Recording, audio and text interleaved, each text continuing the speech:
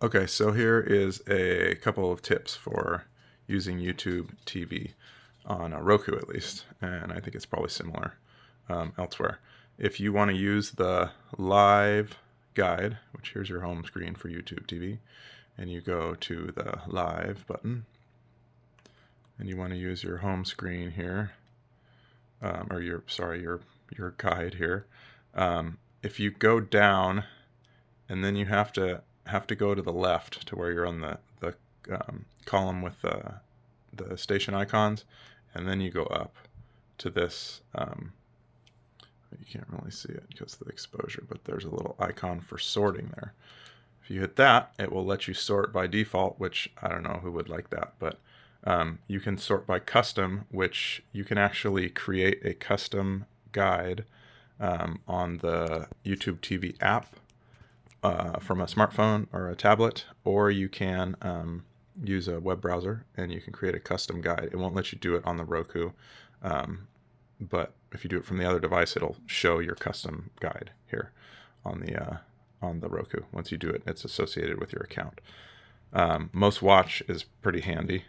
So this is my client that likes to watch CNN a lot. So these are the stations in order of how much they've been watched.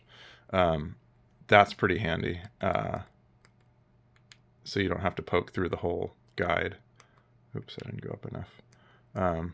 And then custom is if you made a custom guide online, then you can go to your custom guide, which I put CNN at the top for them. So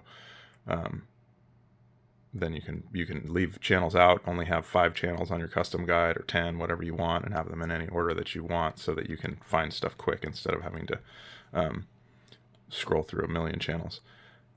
You can also, if you want to go to a specific channel and you don't want to use the guide, you can go back to your home screen and go to the search function, and then you can type a network name. So if we want like